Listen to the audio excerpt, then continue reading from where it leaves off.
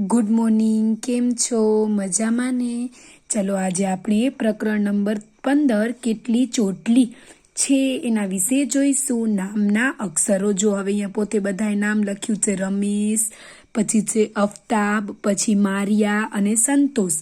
હવે તમને પણ કહે છે તમે પણ તમારા મિત્રોને તેમનું પોતાનું નામ કાગળ ઉપર લખવા કહો. હવે આ જો મેં આશરે લખેલું છે, તમારે બધાએ આ પ્રવૃત્તિ કરવાની છે. સમાન અક્ષરથી પૂરા થતા હોય તેવા નામની સંખ્યા તો કે 4. એટલે એવો ને ધારો કે જો આનો એ પૂરો થાય છે એ રમેશ, પછી આ છોકરાનું નામ પણ પૂરું થતું હોય એનામાં પાછળ સ આવતો હોય, આ છોકરામાં પણ સ આવતો હોય, અહીંયા પણ સ આવતો હોય, તો એવા કેટલા બાળકો મળ્યા તો કે 4. પછી કોઈ નામ શરૂ થતું ન હોય તેવો કોઈ અક્ષર, ધારો કે આ રમેશ, તો જો આના સ થી ચાલુ નથી થતું તો એવા કેટલા જણા તો કે 3. અને સમાન અક્ષરથી શરૂ થતા નામની સંખ્યા, હવે શરૂ આનો એ રથી થાય, આનો એ રથી થાય તો એવા કેટલા તો કે 5. પછી છે તમારા માટે કેળા, સફરજન, નારંગી વગેરે તાજા ફળ. આ ફળ વેચવાવાળો છે. ફળ વેચનાર પાસે તમારા માટે ઘણા ફળ છે, તેમના તરફ જુઓ અને શોધો કે કયા કયા ફળ છે. ચલો એપલ કેટલા છે તો કે 4, કેળા 5 અને નારંગી 3. મને ગમે જામફળ, તમને શું ગમે?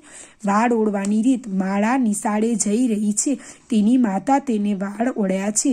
માલાને 2 ચોટલી છે અને તમારા વર્ગના વિદ્યાર્થીઓ સામે જુઓ કે બધા અલગ અલગ, જો અમુક 2 ચોટલી વાળે, અમુક આવી રીતે ખુલ્લા વાળે, અમુક 1 ચોટલી વાળે. હવે જો 1 ચોટલી વાળા કેટલા છે તો કે 4 જણા, 2 ચોટલી વાળા 3 જણા અને આવી રીતે છોકરાઓના જેવા વાળ 2 જણાના. હવે આશરે લખેલું છે. પેલું છે 1 ચોટલી વાળા બાળકોની સંખ્યા 2 ચોટલી વાળા કરતા વધારે છે. જો આનામાં 4 છે અને આનામાં 3 છે એટલે વધુ થઈ ને. ખાલી જગ્યા બાળકોને આવી રીતે વાળ છે તો કે 2. હવે પગરખાના નંબર. તમારા વર્ગના બાળકો તરફ જુઓ. દરેક વ્યક્તિએ બૂટ, ચપ્પલ કે સેન્ડલ પહેર્યા છે. બૂટ અથવા ચપ્પલનું તળિયું જુઓ અને જો તળિયા પર નંબર લખેલું હોય તો તે પગરખાના નંબર કોષ્ટક ભરો. હવે 9 નંબર, 10, 11, 12 અને 13. પછી છે 9 નંબર વાળા 4, પછી આ 5, આ 3, 2 અને આ 3. હવે પેલો પ્રશ્ન છે કેટલા નંબરનું 9 નંબરનું બૂટ કેટલા જણા તો કે 4 બાળકો. 11 નંબરનું 11માં 3 જણા. પછી છે સૌથી વધુ તો કે સૌથી વધુ 5 જણા એટલે 10 નંબર અને સૌથી ઓછું 12 નંબર એટલે 10 અને 12. આપણે રોજ પાણી પીએ, આપણે દરરોજ પાણી પીએ છીએ ને. તમારા મિત્રોને પૂછો કે રોજથી કેટલા પ્યાલા પાણી પીવે છે અને તે નીચે લખો.